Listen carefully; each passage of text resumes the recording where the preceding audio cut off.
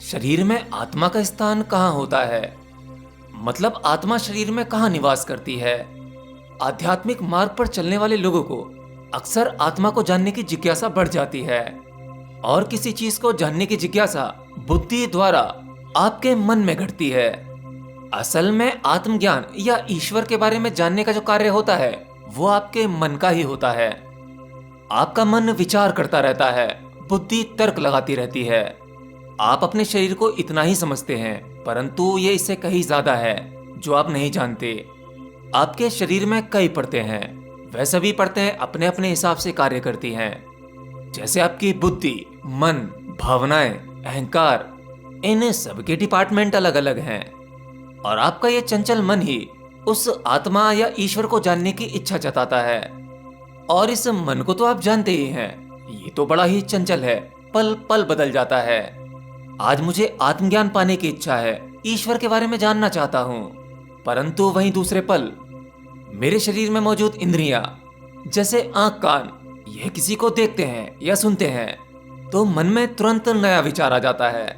जैसे हम किसी महंगी वस्तु को देखते ही, कोई महंगी कार या कोई खूबसूरत घर, इस तरह की वस्तुओं को देखते ही मन में नए विचार आते हैं और जो पुराने विचार थे वो कहीं नीचे दब जाते हैं। जैसे मन कुछ समय पहले ईश्वर को जानने की इच्छा जता रहा था, उसमें आत्मा को जानने की जिज्ञासा थी, परंतु अब वहां कुछ और मौजूद है, कुछ और नए विचार।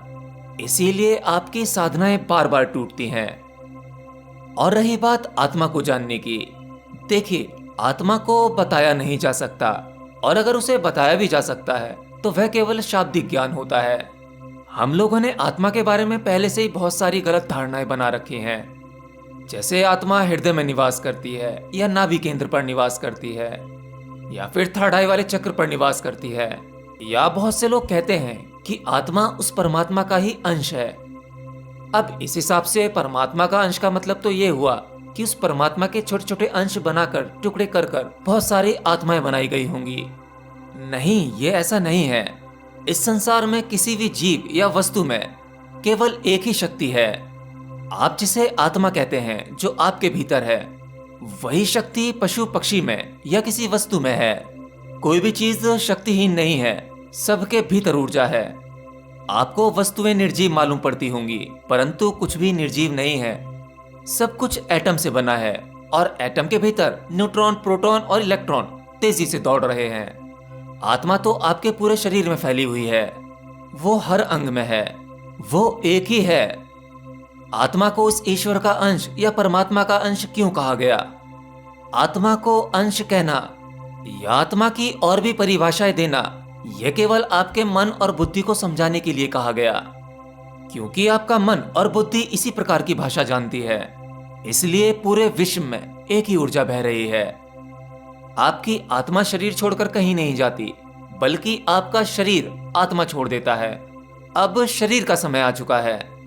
आत्मज्ञान में एक साधक आत्मा की खोज करता है, तत्व की खोज करता है या उस ब्रह्म की खोज करता है। असल में खोज कहना यह सही भाषा नहीं है। एक सच्चा साधक तो बस रिलैक्स होना सीखता है, बिल्कुल शांत होना। और शांत होने के लिए जितने भी योग, अभ्यास और ध्यान, जितनी भी ये विधियां हैं, यह केवल आपको शांत करने के लिए हैं। जैसे ही आप शांत हो जाते हो, मन शिथिल हो जाता है। आपके शरीर की सारी परतें जब निष्क्रिय हो जाती हैं, केवल परम चैतन्य अवस्था है, तब इस अवस्था में आपको कुछ नया नहीं मिलता, बल्कि जो पहले से ही था, उसका जो कार्य था, बस आप उसको समझ लेते हो। इस शरीर के जीवित और मृत्यु का कारण आपके मन, बुद्धि और चित्त का कार्य, ये सभी चीजें क्या हैं, किस प्रकार कार्य करती हैं, बस आप शांत होकर ये सब कुछ जान लेते हो। आप केवल वही सब कुछ जानते हो जो पहले से ही मौजूद था, कहीं नहीं गया था। और इन सबको जानने के बाद तब जाकर यह संसार आपको व्यर्थ और माया दिखाई पड़ता है, क्योंकि अब आपको खजाना मिल चुका होता है।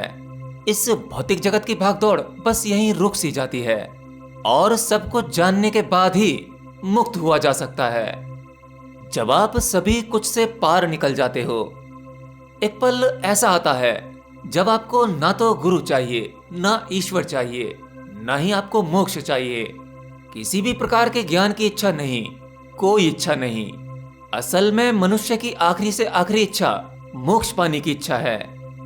अगर ये मोक्ष पाने की इच्छा भी बचती है या उस ईश्वर को पाने की इच्छा बचती है, तब भी वह मुक्त नहीं हो सकता, क्योंकि जब तक आपके भीतर मोक्ष पाने की वो इच्छा है, वही इच्छा बंधन है। जैसे किसी व्यक्ति को जेल में बंद किया जाता है, तो उसको जेल में बंद करना जब भी संभव है जब तक वह जेल जाना ना चाहे, जेल जाने का विरोध करे। अगर किसी मुक्त व्यक्ति को जेल में बंद कर दिया जाए तो वह वहां पर भी मुक्त है, वह बंद नहीं है, क्योंकि उसके लिए जीवन जैसा जेल के बाहर था वैसा ही जेल के भीतर है। वह किसी भी चीज का विरोध नहीं करता। उसे लोग उठाएंगे, वह उठेगा, बड़ी ही सरलता से जेल में चला जाएगा, वहां बैठ जाएगा। उसको ना तो शारीरिक रूप से और ना ही मानसिक रूप से किसी भी प्रकार का कोई बंधन नहीं, कोई विरोध नहीं। ऐसे व्यक्ति को कहीं भी कैद नहीं किया जा सकता। मुक्ति और बंधन ये दोनों बाहर की चीजें नहीं हैं, ये आपके भीतर की चीजें हैं। और आप जिसे मुक्त करने के लिए दुनिया भर की साधनाएं कर रहे हैं, वो तो पहले से ही मुक्त है, उसे कभी बंधन में नहीं बांधा जा सकता। बस यही बोध आपको करना है।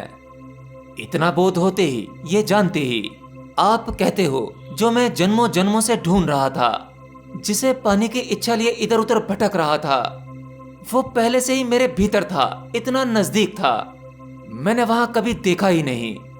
इसीलिए कभी कभी एक योगी कह देता है कि आत्मज्ञान पाना इतना सरल है जितना कभी सोचा भी नहीं जा सकता। मनुष्य इसे मान ही नहीं पाता, इसीलिए बाहर की दौड़ में अंधा दौड़ता रहता है। और ध्यान ठहर जाने की विधि है, बाहर से भीतर प्रवेश करने की विधि है, जहां आप धीरे धीरे सब जान लेते हो।